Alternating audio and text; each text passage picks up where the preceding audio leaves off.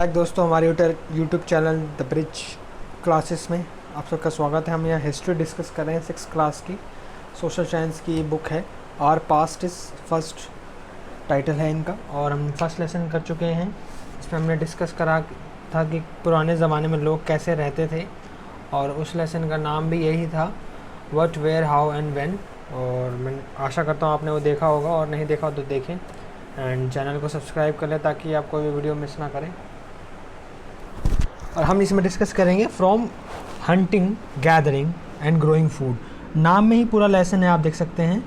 और ये आप इसमें जितने भी लेसन हैं एक क्वेश्चन से स्टार्ट होते हैं। तो इसमें तुषार का एक ट्रेन जर्नी के ऊपर एक क्वेश्चन है कि जब ये सारे ट्रेन, कार, प्लेन के ऐसे कोई भी ट्रांसपोर्टेशन, फास्ट ट्रांसपोर्टेशन नहीं हुआ करता था, तो लोग कैसे इधर से उधर, यानी कि इधर एक पॉइंट से दूसरे पॉइंट कैसे जाते थे, कैसे ट्रैवलिंग करते थे, ट्रांसपोर्टेशन कैसा होता था, और आपके जो गुड्स एंड सर्विसेज हैं, यानी कि जो आपकी जो चीज़ें हैं इधर उधर ले जानी कैसे हुआ करती थी। तो ये सारी चीज़ें उसने अपने दिमाग में सोची कि कैसे करते थे। और उसके अंकल ने बताया ये 150 साल पहले ही ये ट्रेन आई है, तो उससे पहले कैसे जाते थे, घोड़ा गाड़ी, पैदल। इसका मतलब पूरी ज़िंदगी अपनी इधर से उधर एक जगह से दूसरी जगह जाने में ही चली जाती थी। लेकिन आज हम पूरे वर्ल्ड में घूम सकते हैं ग्लोबलाइजेशन के उसके ज़रिए से। बट पहले कैसे होते थे, तो इसमें हम ये देख रहे हैं जो हंटिंग है। अब हंटिंग कहाँ बदल रही है आपकी गैदरिंग में, यानी कि अब जो हमने जो चीज़ मारी, यानी जो शिकार करा या फिर जो शिकार करा हुआ है उसे करा, तो उसके बाद हमने उसको गैदर करना स्टार्ट किया। एंड गैदरिंग के बाद हम देख सकते हैं ग्रोइंग फूड। तो इसी पे पूरा बेस्ड है लेसन ये। आइए डिस्कस करते हैं। तो फर्स्ट पैराग्राफ में हम देख सकते हैं the earliest people were why were they on the move. अब वो घूम क्यों रहे हैं, मतलब जो अर्ली पीपल हैं वो घूमते क्यों हैं। तो बेसिकली इस पूरे पैराग्राफ में ये बताया गया है कि जो हंटर गैदरर्स होते हैं वो जो हंटिंग करते हैं किसकी, फूड की। अब हंट यानी कि अब देखिए प्लांट की भी अपनी अपनी एक स्पीशीज़ होती हैं, और जो एनिमल्स हैं वो प्लांट खाते हैं और पानी भी पीते हैं, ठीक है। और कुछ एनिमल्स दूसरे छोटे एनिमल्स को भी खाते हैं। तो ये क्या है, बेसिकली आपने देखा होगा सीजनल वाइज ये सारी चीज़ें घूमती रहती हैं। जैसे हमारे यहाँ जिस अभी इन्वायरमेंट या जिस एरिया में हम रहते हैं वहाँ सीजन्स आते हैं, आपने देखा होगा। कभी पतझड़ आ गया, कभी आपका रेनिंग आ गई, कभी आपका समर है, विंटर है। तो ऐसी चीज़ें पहले भी हुआ करती थी, नॉर्मल एक कॉमन सेंस वाली बात है। लेकिन उस टाइम पे क्या था, कोई स्टोरेज कैपेसिटी नहीं थी। यानी कि अब जैसे है ना, हम दुकान से जाकर सामान ला सकते हैं, जब बारिश हो रही है, कुछ भी हो रहा है, सामान तो मिलेगा ही, सामान तो ना बंद होने वाला है। लेकिन पहले ऐसे नहीं होता था। पहले क्या होता था, जो हंटर्स होते थे उनको घूमना पड़ता था, किन के पीछे, शिकार के पीछे, यानी कि एनिमल्स के पीछे। एनिमल्स किसके पीछे घूमते थे, छोटे एनिमल्स के पीछे। छोटे एनिमल्स ग्रास, जो प्लांट्स वो खाते हैं, और वो प्लांट्स कैसे उगते हैं, सीजनल वाइज उगते हैं। अब जैसे जो एक मान लीजिए ग्रास है, ग्रास लैंड्स आपने देखे होंगे, अफ्रीका के बहुत बड़े बड़े ग्रास लैंड्स हैं। पर उसमें क्या है, आपको सीज़न वाइज ग्रास उगती है। बारिश तब होगी तब ग्रास आएगी, तो जब बारिश होगी तो ग्रास आएगी। तो वो जो ट्रैवलिंग है एनिमल्स का, वो ट्रैवल करवाता था लोगों को भी, जो उनके पीछे हंट करने के लिए घूमते थे। और इसमें वो आप देख सकते हैं, इसमें लिखा होगा बहुत सारी चीज़ें जो कलेक्ट करते थे या खाते थे। इसमें से hunting wild animal, caught fish. अब फिश भी आपको पता है सीजन में आती हैं, अपने एग्स देती हैं। बर्ड्स भी है ऐसे ही हैं, फ्रूट्स भी ऐसे उगते हैं, रूट्स, नट, सीड्स, लीफ, एग, ये सारी चीज़ें एक तरह से सीजनल है। इसलिए वो मूव में है, क्योंकि अगर वो एक जगह रुक जाएंगे, सिंपल सी बात है, इसमें दिया भी हुआ है, अगर वो एक जगह रुक जाएंगे तो वहाँ के जितने भी रिसोर्सेज हैं वो ख़त्म हो जाएंगे। अब वो अगले सीज़न तक नहीं उगेंगे, तो अब तब हम क्या खाएंगे, तो हमें वहाँ से मूव करना पड़ेगा और कहीं और जाके देखने पड़ेगी वो सारी चीज़ें। तो इसमें क्या वैरायटीज़ भी आ जाती हैं। अब हर चीज़ हर जगह तो नहीं उगती, अलग अलग उगती है। तो उसमें आपको घूमना ही पड़ेगा। अब एनिमल, जैसे इसमें सेकंड में आप देख सकते हैं, animals move from one place, तो ये इसलिए वो घूम रहे हैं। एंड थर्डली इसमें बताया गया डिफरेंट काइंड ऑफ सीजन, जैसे हमने बात करी। तो शॉर्ट में हम बात कर रहे हैं। और इसमें देखिए फोर्थ में आपका देख सकते हैं, एनिमल नीड वाटर। तो वाटर क्या है, स्ट्रीम होती है, कोई पूरे साल बहती है, कोई कभी कभी ड्राई सीजन आ जाता है, तो इसलिए वो मूव में हैं। बेसिकली एक शॉर्ट लाइन में बोले तो आपको समझ में आ गया होगा। And then we discuss how do we know about these peoples. अब हम कैसे जान सकते हैं, अब हमें लग रहा होगा ना ये तो हज़ारों साल पहले सर आप बात कर रहे हो, कैसे पता कर सकते हैं हम। तो देखिए कुछ चीज़ें ऐसी होती हैं जो डिस्ट्रॉय नहीं होती, मतलब डिस्ट्रॉयबल हैं, लेकिन उसको अगर अर्थ के वॉर्म में, यानी अर्थ में दबी हुई हैं, और जैसे स्टोन है, इसमें हम स्टोन एज भी पढ़ेंगे। तो स्टोन अब तक मिलते हैं। अगर आप लकड़ी को दफना दोगे, लकड़ी अगर दफन जाएगी तो वो गल जाएगी, उसका डिमोलिश या फिर जो उसका ख़त्म होने की जो एज है वो बहुत जल्दी होती है। जैसे हमारे जो हमने चीज़ें बनाई हैं उसमें प्लास्टिक आता है, प्लास्टिक को 500-600 साल लगते हैं गलने में, इसलिए सारे कहते हैं ना no plastic no plastic no plastic. क्यों? क्योंकि जितना भी आज तक प्रोडक्शन प्लास्टिक का हुआ है वो अब तक सरवाइव कर रहा है। तो सोचिए कितना सारा प्लास्टिक है, इसलिए वो आजकल हर जगह है। आप कहीं भी घर से बाहर जाइए आपको प्लास्टिक दिखेगा, घर में प्लास्टिक दिखेगा। और ये वेस्ट मटेरियल है, बहुत ही ख़तरनाक है सबके लिए, एक आपका सी लाइफ के लिए भी और आपके जो एनिमल्स हैं उनके लिए भी जो लैंड पे हैं, बहुत हमारे लिए भी बहुत ज़्यादा नुकसानदायक है ये। तो वो जल्दी से ख़राब नहीं हो रहा, इसलिए हमारे लिए वो नुकसानदेह हो रहा है। लेकिन इसमें बेसिकली क्या है, जो चीज़ें ख़राब नहीं होती उसको हम पता लगा सकते हैं कि वहाँ पे वो क्या करते थे। अब इसमें आप देख सकते हैं बेसिकली टूल्स की बात करी गई है। अभी आप टूल्स देख रहे होंगे पिक्चर में। अब एक जगह पे ये टूल किस काम आ रहा है, गड्ढा खोदने के लिए काम आ रहा है, कुछ चीज़ें रखने के लिए, क्योंकि वहाँ उस टाइम तो स्टील के बर्तन नहीं होते थे, स्टील एज तो आई नहीं, आयरन एज। तो उससे पहले कौन सी थी, स्टोन एज थी। तो स्टोन एज में हम स्टोन से यानी पत्थर से गड्ढे खोद रहे हैं। और ये देखिए एनिमल स्किन है जिससे हम उसमें स्विंग कर रहे हैं, अपने कपड़े बना रहे हैं ताकि हम सर्दियों के सीज़न में जब इधर उधर घूमें तो बच सकें। तो बेसिकली यही बताया गया है कि हमें कैसे पता लगता है, उनके टूल्स से पता लगता है। जो टूल्स वो बनाते हैं, टूल्स किससे बनाते हैं, स्टोन से, वुड से एंड बोन से। तो आपने देखा होगा पुरानी मूवीज़ में स्टोन और हैंडल एक होता है उसका आपका, या फिर आपने अगर एंड गेम देखी है एवेंजर्स की, तो उसमें आपने देखा है ना थॉर की जो एक उसका जो हथौड़ा है उसको लकड़ी से बना हुआ है। तो वैसे ही बस वो स्टोन एंड लकड़ी या बोन, मतलब किसी भी तरह के हैंडल बना के उसको एक तरीके से यूज़ करना कैसे, से आज के हथौड़े से, एक हथौड़े से हम कितना काम कर सकते हैं, कुछ भी कर सकते हैं, तोड़ सकते हैं, जोड़ सकते हैं, तो मल्टीपल थिंग्स कर सकते हैं। तो यही इसमें लिखा हुआ है कि हम स्टोन से क्या क्या कर सकते हैं, chopping fruits, roots and many other, और उसमें हम और चीज़ें जोड़ के एरो कर सकते हैं, हंटिंग कर सकते हैं। तो बेसिकली वो शिकार कर रहे हैं, हंटिंग कर रहे हैं ताकि अपने आप को सर्वाइव कर सकें। तो इस पैराग्राफ में ये था, आप यहाँ पे से देख सकते हैं जो स्टोन है एंड इसका यूज़ भी। एंड इस पैराग्राफ में आप देखिए कहाँ हैं। अब वो हम इंडियन सब कॉन्टिनेंट की बात करेंगे। सब कॉन्टिनेंट मैंने आपको पहले बताया था छोटा है, इसलिए सब कॉन्टिनेंट बोलते हैं, कॉन्टिनेंट नहीं बोलते। तो उसमें बहुत सारी जो हंटर गैदरिंग, मैं आपको दिखा देता हूँ मैप में एक बार, हम किस चीज़ की बात क्या कर रहे हैं यहाँ पे। तो यहाँ पे ये एजेस हैं। ये फर्स्ट जो है ये स्टोन एज है जिसमें पत्थर एकदम अच्छे से पॉलिश नहीं थे। और ये जो सेकंड है एक पैंथोलॉजिस्ट है, मैथोलॉजिस्ट है, नियोलिथिक्स है। तो इस तीनों स्टेजेस में ये आपको बताएंगे कि कहाँ पे कौन कौन रहता था, और जो अर्ली विलेजेस हैं ये भी आप इसमें देखेंगे। और यही चीज़ें हम इस मैप में डिस्कस करेंगे और आगे ये रेफरेंस पे काम में आएगा। तो फर्स्ट क्या है, इसमें आप देख सकते हैं इन्होंने बता रखा है कि जो हंटर गैदर होते हैं वो एक जगह से दूसरी जगह जाते रहते हैं। और बेसिकली ज़्यादातर कहाँ रहते हैं, हमने पहले भी डिस्कस करा था, नर्मदा नदी के किनारे, जैसे हम डिस्कस करा था ना नर्मदा। और ये देखिए ज़्यादातर रिवर सेटलमेंट्स कहाँ हैं, रिवर के किनारे हैं। रिवर जा रही तो यहाँ पे है। और आपके नीचे भी आप देख सकते हैं, अगर साउदर्न में आए तो ये भी रिवर के, कृष्णा रिवर के किनारे है। तो बेसिकली हम जहाँ पे पानी का फ्लो हो, क्योंकि जहाँ पानी होगा वहाँ जानवर भी आएंगे, तो हमें शिकार भी मिल सकता है, मछली मिल सकती है, हम गैदर भी कर सकते हैं बहुत सारी चीज़ें। तो इसलिए वो यहाँ रहना ज़्यादा पसंद करते हैं। और यहाँ पे अच्छे क्वालिटी के स्टोन भी मिलते हैं, क्योंकि यहाँ पे पॉलिशिंग अच्छी हो जाती है स्टोन्स की। आप उसको अच्छे से काट सकते हो, एकदम से शार्प बना सकते हो जिससे वो काम आ सके। एंड इसमें आप देख सकते हैं एक मध्य प्रदेश की साइड है जो वहाँ पे नर्मदा नदी के किनारे हैं, जो फर्स्ट चैप्टर में भी आया था। एंड ये मध्य प्रदेश और उत्तर प्रदेश, साउदर्न उत्तर प्रदेश में ये पेंटिंग्स हैं जो केव में मिली हैं।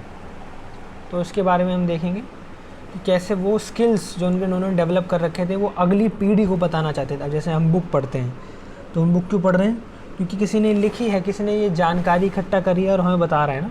तो वैसे ही वो भी। और ये आप केव्स देख सकते हैं, ऐसी थी ये केव्स, ये मध्य प्रदेश की केव्स हैं जिनके अंदर इन्होंने पेंटिंग्स करी हैं। देन ये साइट के बारे में बताया गया है यहाँ पे कि जो हमारे जो सर्फेसेस हैं, जो टूल्स हैं, जो पॉट्स हैं, जो बिल्डिंग्स हैं, वो हमें मिले हैं, जिससे हमें पता लगता है कि वो क्या कैसे रहा करते थे।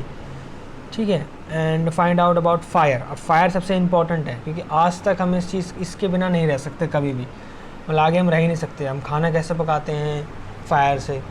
और हम खाना खाने से क्या होता है, हमें हम न्यूट्रिशन रहते हैं, हाइड्रेटेड रहते हैं, जिससे कि हमें सोचने में, काम करने में आसानी होती है। तो जो इतने सालों पहले जो लोग थे वो, अब हमें कैसे पता लगता है कि वो फायर थी उनके पास, तो हमें एशेज़ मिली हैं इन केव्स में, दफन में जो एशेज़ होती हैं, एशेज़ कभी भी डिस्ट्रॉय नहीं होती, तो राख बन जाती है ना, तो उसके अंदर जो कार्बन है हम उसको डिटेक्ट कर सकते हैं कि ये क्या है। तो उससे पता लगता है कि इनके पास फायर थी, मतलब कैसे यूज़ करते हैं उनको पता था। ठीक है, और इस पैराग्राफ में आपकी एज बताएंगे कि एज कौन कौन सी एज में क्या है। तो जैसे मैंने आपको बताया था कि first age, second age, third age, जो स्टोन एज की हम बात कर रहे हैं उसके बारे में ये कहते हैं। तो 2 मिलियन ईयर्स अगो पहले से स्टोन एज स्टार्ट हो चुकी है, जो 12,000 साल पहले तक चली थी। मतलब ये कहते हैं ये फर्स्ट एज जो है, आप यहाँ देख सकते हैं, ये फर्स्ट एज है, पैलेलिस्टिक एज है। I thought I will pronounce is very well, if not please you do. तो इस एज में क्या था, ये सबसे बड़ी एज है, यानी कि यही पूरी ह्यूमन हिस्ट्री का 99% कवर करती है, बाकी 1% अब तक हम उसमें चल रहे हैं। ठीक है, अभी हम कौन सी एज में हैं बताइएगा ज़रूर। एंड अभी हम ऐसे तो मैं बता देता हूँ, हम कॉन्क्रीट एज में हैं, क्योंकि आसपास अगर आप जाएं तो आपको हर जगह कॉन्क्रीट दिखेगा, तो हम कॉन्क्रीट एज में हैं। उस टाइम पे स्टोन थी। एंड सेकंड एज की हम बारे में बात करें तो मेसोलिथिक एज है, जिसमें जो थिन स्टोन के टूल्स होते थे वो यूज़ हुआ करते थे, इसमें विद हैंडल एंड बोन, और ये 12,000 साल पहले स्टार्ट हुई थी। उसके बाद आती है न्यूलिथिक एज है, जो 10,000 साल पहले स्टार्ट हुई थी, जिसमें पॉलिश्ड स्टोन के पीसेस हमको देखने को मिलते हैं। ठीक है, तो आप ये ज़रूर पढ़ लीजिएगा, जो मैंने बातें डिस्कस करी हैं वही इसमें पूरी बताई गई है। एंड नेक्स्ट है इन्वायरमेंट आपको पता है, geography is main history and science and everything, क्योंकि जैसी जोग्राफी होगी जिस एरिया की, वैसे वहाँ के कल्चर और आपके जो रिसोर्सेज हैं सब वैसे ही डिफ़ाइन होंगे। सिंपल एग्जांपल में अगर बोलें, अगर मैं साउथ में रहता हूँ तो मुझे नारियल पानी जल्दी से मिल सकता है, आसानी से मिल सकता है, तो जो रिचुअल्स हैं, जो प्रैक्टिसेस हैं, वो नारियल पानी से रिलेटेड होंगी, क्योंकि वो अच्छे फॉर्म में मिल सकता है। जैसे चावल है तो चावल वहाँ अच्छे फॉर्म में मिलता है, लेकिन नॉर्दर्न साइड पे चावल तो मिलता है लेकिन नारियल पानी कम मिलता है, क्योंकि वो सी साइड्स पे मिलता है, तो लैंडलॉक एरियाज़ में वो नहीं मिलेगा। तो उसके हिसाब से यहाँ रिचुअल्स कम होंगे, प्रैक्टिसेस या फिर जो कल्चर प्रैक्टिसेस हैं वो कम होती हैं। अब रहन सहन या पहनावा अगर आप देखें तो पहनावे में क्या आता है आपका, अगर आप साउदर्न या किसी गर्म एरिया में रह रहे हैं तो आप कम कपड़े पहनेंगे, खुले हवादार कपड़े पहनेंगे, जिससे कि कॉटन पहनेंगे। अगर आप सर्दियों में कहीं किसी जगह रह रहे हैं तो आपको एकदम लेदर के कपड़े चाहिए, या फिर जो आपको ठंड से बचाएं। तो ये एक तरह से ज्योग्राफी सब कुछ डिफ़ाइन करती है, यहाँ भी यही हो रहा है। इसमें बताया गया है कि 12,000 साल पहले हमारा एनवायरनमेंट चेंज होने लगा, गर्म होने लगा। सिंपल शॉर्ट में बताया जाए, एनवायरनमेंट गर्म हुआ, गर्म होने से जो आइस है जो पिघलने लगी वो पिघलने लगी, और पानी का जो आपका कंटेंट था वो धीरे धीरे पिघल के हटने लगा, जिससे कि ग्रास यानी कि घास उगने लगी, और जो घास खाने वाले जानवर हैं वो बढ़ने लगे। और इसकी वजह से जो हमारे जो गैदरर्स हैं, जो हंटर्स हैं, वो इधर उधर घूमने लगे और उनको ज़्यादा शिकार मिलने लगा। और फिर उन्होंने इन जानवरों के बारे में सीखना स्टार्ट कर दिया कि कैसे रहते हैं, ब्रीडिंग कब करते हैं, कहाँ जाते हैं, कब कौन सीज़न में किधर होते हैं। तो धीरे धीरे हम उनके पीछे पीछे रहे, तो हमें सारा पता लगने लग गया कि कौन कहाँ कैसे रहता है जानवर, और ताकि उनको मारने में आसानी हो और हम ढंग से सर्वाइव कर सकें। तो इसी तरह इसमें सिंपल बताया गया, जिसमें फ़िशिंग भी आती है, क्योंकि जब बर्फ़ पिघलेगी तो नदियों में जाएगा ना पानी, तो अब फिर फ़िशिंग भी इससे रिलेटेड हो जाएगी। अब इसमें आप देखिए फार्मिंग आ गई है, the beginning of farming and herding मतलब चारागाह, जो इधर उधर घूम के जो शीप एंड गोट को चारा खिलाते हैं। तो इसमें ये बताया गया है कि जो स्टार्टिंग में जो फार्मिंग थी वो कैसे, अब सोचते हैं कि कैसे किसने पहले बीज उगाया होगा, ऐसा कुछ नहीं था। पहले क्या हुआ करता था, सिंपल लैंग्वेज में अगर हम इस पैराग्राफ को कंक्लूड करें तो पहले क्या हुआ करता था, जो हम खाना खाते थे ऐसे गैदरिंग करके जो खाना खाते थे, फल तोड़ ताड़ के जो पेड़ से लाते थे, शिकार करते थे, या फिर जो शेर शिकार करके चुका है उसको खाते थे, तो जो बच जाता था उसको हम कहीं फेंक देते थे, और अपने घर से दूर ही फेंकेंगे, क्योंकि अपन सेटलमेंट के पास फेंकेंगे तो जानवर आ सकते हैं रात को, सब जानते हैं, क्योंकि अगर हमारे आसपास फूड होगा तो सारे लोग आ जाते हैं ना सूंघते, तो ऐसे टाइम पे, जंगल के टाइम पे कोई ऐसा नहीं करना चाहेगा। तो उन्होंने वहाँ देखने लगे जहाँ वो चीज़ फेंक रहे हैं वहाँ भी कुछ उगने लग गया है, मतलब वो चीज़ और ग्रो होने लग गई है। तो उन्हें लगा कि ये चीज़ क्या ग्रो होने लग गई, मतलब जंगली, मतलब था तो जंगली, यानी कि फॉरेस्टली था, वाइल्डली था सॉरी, बट उन्हें लगा ये भी खाने लायक है। तो हमने इसमें क्या करा, डिफ्रेंशिएट करना स्टार्ट कर दिया कि कौन सी चीज़ खाने लायक है और कौन सी चीज़ नहीं है। अब इसमें एनिमल्स भी आएंगे और आपके जो फार्मिंग के जो सीड्स हैं वो भी आएंगे। अब कुछ चीज़ें होती हैं जहरीली, जैसे कहते हैं ना जंगल में ये चीज़ जाओ तो ऐसे चटकीले रंग की चीज़ें मत छूना, जहरीली होती हैं, ये मार्शमैलो मत खा लेना, जहरीला होता है। तो हमें कैसे पता, में हमने उसको देखा है। तो बेसिकली धीरे धीरे हमने देखने लगा कि यहाँ पे कुछ उग रहा है, और उग रहा है तो हमने देखा कि ये तो उग रहा है, ये तो खाने लायक है। तो ये कैसे उगता है उन्होंने देखा, फिर उसको धीरे धीरे हमने सीखने लग गए कि इसको हम कैसे उगा सकते हैं। तो उन्हें पता लगा कि इनके बीजों से हम इसे उगा सकते हैं। तो फर्स्ट जो हमारी फार्मिंग थी वो वही वीट, बार्ले एंड राइस थी, जिसमें आज का आटा और आपका ज्वार और चावल आते हैं। और ये सब कॉन्टिनेंट में हमने देखना स्टार्ट करा और इसे उगाना स्टार्ट कर दिया। यही पूरा पैराग्राफ में बताया गया है, आप एक बार से रीड आउट कर लीजिएगा। और इसमें एनिमल्स भी आते हैं, क्योंकि अब एनिमल्स को हमने जो हम बचा हुआ फूड है हमने आसपास फेंक दिया, तो जो घास खाने वाले एनिमल्स हैं तो वो भी खाने लगे। तो उन्हें लगा कि यार ये सिक्योर है, हमें इतनी ज़रूरत नहीं है इधर उधर घूमने की, इधर उधर ऊपर चढ़ने की, पहाड़ों पर चढ़ने के लिए घास के लिए, जब हमें यहाँ पे खाना मिल रहा है। तो ऐसे ही वो डोमेस्टिकेशन स्टार्ट हो जाता है फार्मिंग के साथ साथ, जो नेक्स्ट पैराग्राफ में आप आगे देखेंगे। ये डोमेस्टिकेशन है। अब इसमें बेसिकली एक पिक्चर से हम समझ सकते हैं और हमें और कुछ समझाने की ज़रूरत नहीं है। ये डोमेस्टिकेशन का एक मेन रीज़न है। इसमें दो दांत दिखाए गए हैं, जो एक किसके हैं, भेड़ के हैं। एक छोटा दांत है जो डोमेस्टिकेटेड है, यानी कि जो वो पालतू जानवर है, और ये वाइल्ड एनिमल है। दोनों सेम ब्रीड है, लेकिन दोनों के दांत का साइज़ अलग अलग हो गया है। तो ऐसा क्यों हो गया हम डिस्कस करेंगे। जैसा कि आप ये दांत में देख सकते हैं, दोनों अलग हैं और इनका साइज़ अलग है। तो ऐसा क्यों है, ये कारण है आपका डोमेस्टिकेशन का। डोमेस्टिकेशन कैसे, इसमें अब क्या है, जो जानवर हम जो वाइल्ड लाइफ में रहता था पहले, अब वो कहाँ रह रहा है, हंटर एंड गैदरर्स के साथ। मतलब धीरे धीरे एक लाइफ स्पैन, एक दिन में नहीं सालों में ये चीज़ हुई है। तो इससे ये पता लगता है कि जो उसकी कैपेसिटी है, जो उसके टूल्स हैं वाइल्ड लाइफ में रहने के, वो धीरे धीरे धीरे कम होके कितने हो गए हैं, थोड़े कम हो गए हैं। कि भाई अब मुझे शिकार इतना ज़रूरी नहीं है करना, या फिर इतने जल्दी से उसको पकड़ना नहीं है, काटना नहीं है, उसको मारना नहीं है, मुझे शिकार बिना करे मिल सकता है। और इसमें इसलिए आप देख सकते हैं, जो हमने सबसे पहले जो डोमेस्टिकेशन एनिमल जो हमारे थे वो डॉग्स थे, क्योंकि डॉग्स बहुत ही ज़्यादा फ्रेंडली होते हैं, आज भी फ्रेंडली हैं। और इसमें आपकी गोट, शीप भी आती है। तो ताकि ये डोमेस्टिकेशन 12,000 साल पहले हुआ है। तो एक दिन में नहीं, 12,000 साल लगे हैं इस डोमेस्टिकेशन को स्टार्ट होने में, और धीरे धीरे इसको जेंटली और एनिमल्स को डोमेस्टिकेशन करने में। ठीक है, तो ये एक छोटा सा एक समराइज वे था। आप इसे पढ़ेंगे तो आपको ये सारी चीज़ें इसमें मिलेंगी जो हमने बताई हैं। एंड इसमें अब यह है कि a new way of life. A new way of life में आपका यही है कि जो हम यानी जो गैदरर्स जो रह रहे हैं, वो फार्मिंग करने लग गए हैं। तो वो कैसे रह रहे हैं, अब उनके पास एनिमल्स हैं। अब एनिमल्स हैं यानी कि वो इधर उधर लेके घूम रहे हैं। अगर वो गैदरिंग कर रहे हैं, गैदरिंग तो करनी पड़ेगी क्योंकि वो केस तो रहेगा, और फार्मिंग भी कर रहे हैं। तो फार्मिंग में क्या होता है, अगर आप कृषि या खेती करते हैं तो आपको वो एक एरिया साफ़ करना पड़ता है जंगल का। आपको वहाँ पेड़ वेड़ काटने पड़ते हैं, ये क्योंकि वो एक बहुत ही लॉन्ग प्रोसेस है।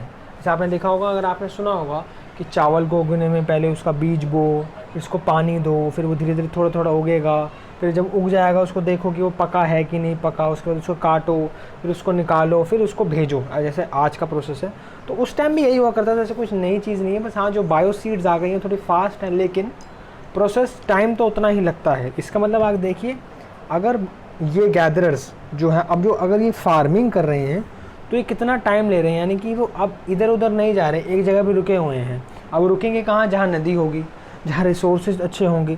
गैदरिंग भी कर रहे हैं, हंटिंग भी कर रहे हैं, लेकिन साथ साथ फार्मिंग पीछे भी चल रही है, बैकयार्ड में फार्मिंग भी चल रही है, ऐसा समझ के चलिए, ताकि वो एक स्टेबल फूड सप्लाई इंश्योर कर सकें। कि कोई भी सीजन्स में ऐसे सूखा पड़ गया तो नदी नहीं उगेगी, नदी इन द सेंस नदी में पानी नहीं होगा, जानवर नहीं होंगे, जानवर मर जाएंगे, जानवर कम होंगे, कुछ भी हो सकता है। लेकिन अगर हमने अपने से देखिए, ये जो सीड्स हैं अगर इनको रखा हुआ है तो हम कभी भी इसे खा सकते हैं। और इसमें फार्मिंग में आपका जानवर भी आते हैं। अब जानवर कैसे आते हैं, अगर हम जानवर को पालेंगे तो वो एवरी टाइम एवरी टाइम यानी आप कभी भी उस जानवर को एक फूड के उसमें फॉर्म में आप ले सकते हैं।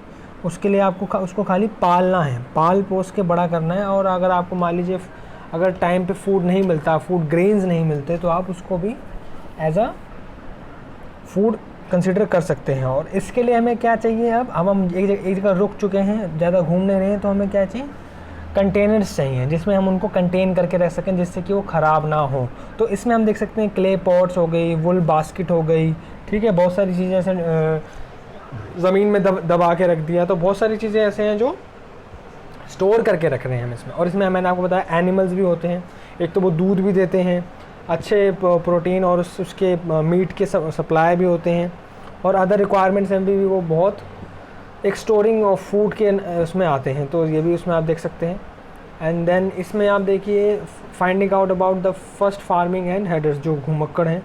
तो इसमें हम मैप्स में आप देखिएगा, इसमें जो ब्लू कलर के स्क्वायर्स हैं उसमें दिखाया गया है कि पहले फार्मर्स कहाँ हुआ करते थे। तो मैप में हम चलते हैं एक बार, आप वैसे आप देख लीजिएगा बुक में। फिर भी आप देखिए जो नॉर्दर्न साइड कश्मीर है आज का, ये पाकिस्तान है, ये दो मेन साइट्स हैं। नॉर्थ ईस्ट में है जो आपका, जहाँ पे आज का आपका मेघालय नागालैंड है, ये आपका बिहार है, ये आपका यूपी आएगा जहाँ नदियाँ हैं।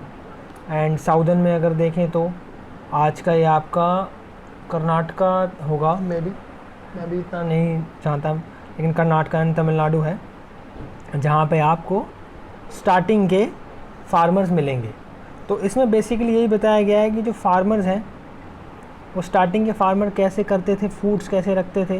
जैसे मैंने बताया प्रेजेंट डे कश्मीर की एक साइट है इसमें जो आर्कियोलॉजिस्ट ने देखी, और यहाँ पे फार्मिंग की जो इक्विपमेंट्स हैं वो मिले हैं, और जो उनकी सेटलमेंट्स हैं, एनिमल्स की बोन्स मिली हैं जिससे पता लगता है। और हर तरह के एनिमल्स मिले हैं, हंटर जो वाइल्ड एनिमल हैं, जो पालतू यानी कि जो डोमेस्टिकेटेड एनिमल्स हैं वो भी मिले हैं। तो उससे पता लगता है कि वो दोनों चीज़ें कर रहे थे कहीं ना कहीं। ग्रेन्स मिले हैं, कुछ ग्रेन्स जले हुए मिले हैं, उनकी एशेस मिली हैं। तो कभी एक्सीडेंटली भी जल जाए, कहीं आग लग गई, क्योंकि वो हम रात को तो लाइट तो जब बल्ब जलती नहीं थी, तो हम आग ही जलाएंगे तो क्या पता किसी तरीके से कहीं कैसे भी जल सकता है, या फिर उन्होंने जलाया हो किसी पर्पज़ के लिए।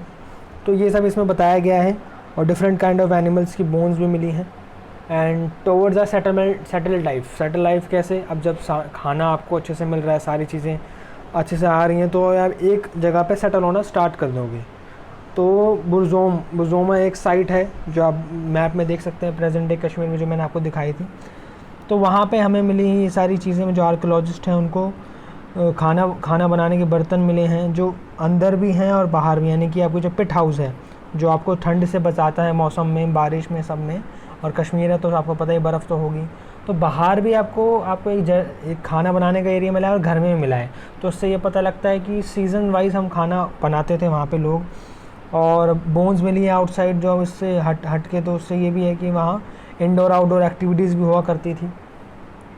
एंड पिट आप समझ सकते हैं, पिट एक लकड़ी का घर होता है जो आपने देखा होगा श्योर। एंड इसमें अभी हमने आपको बताया था, जो हमने जो स्टोन एज की जो 3 एजेस थी उसके बारे में डिस्कस करा है, जिसमें हमें नियोलिथिक में आपको पॉलिश्ड मिलते हैं जो वेपन्स होते हैं, जो आप नीचे यहाँ देख सकते हैं। ये पॉलिश्ड है, पॉलिश्ड यानी कि एकदम साफ़ सुथरी, मतलब आप ऐसे उठा के कह नहीं सकते हैं तो यार कोई भी है, ये तो नॉर्मल पत्थर है, नहीं, इसको काटा गया है किनारों से ताकि इसको काम में लाया जा सके। हंटिंग के, किसी चीज़ के काटने के, हर किसी चीज़ के टूल्स बनाए गए हैं इसको, और उसको बोन से भी बनाया जाता था, उसमें ये बताया गया है आपका। एंड इसमें कुकिंग फूड है, इसमें आपका राइस है, वीट है, जो ये सारी चीज़ें एक सेटल लाइफ में उनको ज़रूरत पड़ती थी। और जिस पॉट की हम बात कर रहे थे, हम यहाँ देख सकते हैं वो पॉट। और इस पॉट में हम यह सुइंग, यानी हम इसमें क्लोथ को भी सुई रहे हैं, किससे, उन्हीं स्टोन से सी रहे हैं और मटेरियल बना रहे हैं। एंड इसमें वंस अगेन आप देख सकते हैं कि ऐसा नहीं है कि जो गैदरिंग ख़त्म होगी, गैदरिंग भी हो रही है, फार्मिंग भी हो रही है स्लोली। और ये 1000 ईयर्स तक चलता रहा है, ऐसा कोई नहीं, कोई एक दिन की एक्टिविटी है। और इन्होंने इससे बहुत सारी चीज़ें सीखी हैं। और एक साइट है, साइट के बारे में आपको बहुत आएगा, तो साइट आप एक बार याद रखिएगा। मेरे घर साइट है ये आपको मैं दिखा देता हूँ। ये आज के पाकिस्तान में है ये साइट, ये रही ये साइट है, यहाँ पे पाकिस्तान लगता है आज का ये, यानी ईरान का रास्ता है, यानी कि ट्रेड रूट है। तो यहाँ से लोग हैं, ये फर्स्ट विलेजेस हैं जो यहाँ पर इस्टेब्लिश हुए थे और इसमें ये घर देखे गए हैं, ऐसे घर मिले हैं जो 4 स्टोरेज है, आजकल के घर जैसे लगते हैं। और ये कुछ लोग जो उनके रिश्तेदार, उनकी डेथ हो जाती थी, वो इनकी ये बैरिड यानी जिसमें दफना देते हैं वैसे मिले। और इसमें गोट मिली हैं देखिए, ताकि इसको अगले जन्म में वो काम आए। तो ये आफ्टर लाइफ का भी संकेत देते हैं कि इनको लगता है कि इनके रिलेटिव्स को फूड बहुत ज़रूरी है, और ये जो मीट है यानी कि जो फ्लैश है ये आगे जाके काम आएगा उसको। तो उस एक ये भी दिखाते हैं कि ये कैसे उसको वाइल्ड लाइफ को आगे जाके देखते हैं। और यहाँ इस साइड पे जंगली जानवर भी मिले हैं, विलेजेस स्टैब्लिश हैं, और बहुत सारे मतलब इन द सेंस कि लोग रहना सीख रहे थे। तो इसमें आपको ये चीज़ मिली है। एंड ये अब एल्सवेयर यानी कि जो लास्ट में आता है एल्सवेयर, ये पेरिस में पेंटिंग्स मिली हैं गुफाओं में। और ये 10,000 से 20,000 साल पुरानी पेंटिंग्स हैं। और ये मिक्सिंग कलर से बनाई गई हैं, यानी कि जो उस टाइम पे कलर्स हुआ करते थे, जो जड़ी बूटियों पेड़ों वेड़ों से मिल मिला के इन्होंने बनाया है। और बहुत ही रिफाइंड पेंटिंग है। और एक मैमल तो नहीं कह सकते इसको, ये एक बिसन है, यानी कि पुराने ज़माने में जो बड़े जानवर हुआ करते थे वो हैं। अगर आप इन्हें पढ़ेंगे तो पता लग जाएगा आपको। तो ये पेंटिंग्स दिखाती हैं कि हम इनका शिकार करा करते थे। और ये कह सकते हैं रिचुअल्स पे बनाई जाती है कि जैसे मान लीजिए आज एक टीम ने जाके इसका शिकार किया, तो इसको रिप्रेजेंट या इसको रिस्पेक्ट करने के लिए कि इसने हमारी जान बचाई क्योंकि इसने हमें खाना दिया ना, फूड दिया। तो एक इवेंचुअल रिचुअल टाइम पे भी इसको परफॉर्म करने के लिए बनाया जा सकता है। एंड ये एक बताया गया है कि टर्की में भी ऐसे साइट्स मिली हैं जहाँ पे आपको हड्डियों से बहुत सारी चीज़ें बनाई गई हैं, और जो आसपास के सी मटेरियल्स हैं उनसे सारी चीज़ें बनाई गई हैं। एंड ये पूरा लेसन है। बाकी आप क्वेश्चन आंसर्स आप डिस्कस कर लीजिएगा। वैसे ज़्यादा बड़े क्वेश्चन आंसर्स नहीं होते, ये वही डिस्कस करते हैं जो हमने डिस्कस करा है पूरा। एंड मुझे आशा है आपको ये चैप्टर समझ में आएगा। हाँ, हिस्ट्री थोड़ी बोरिंग है लेकिन इंटरेस्टिंग है अगर आप देखें तो, कि कैसे लोग पहले रहा करते थे और अब कैसे रह रहे हैं। और एक एजुकेशनल पर्पसेस से आपको ये पता होना चाहिए। शॉर्ट नॉलेज है एंड शॉर्ट रीड है। तो अगर आपको वीडियो पसंद आई तो प्लीज़ लाइक करें, शेयर करें, सब्सक्राइब करें, ताकि ये चैनल को ग्रो मिले और हम भी आपके साथ कंटिन्यू रहें। Thank you for watching.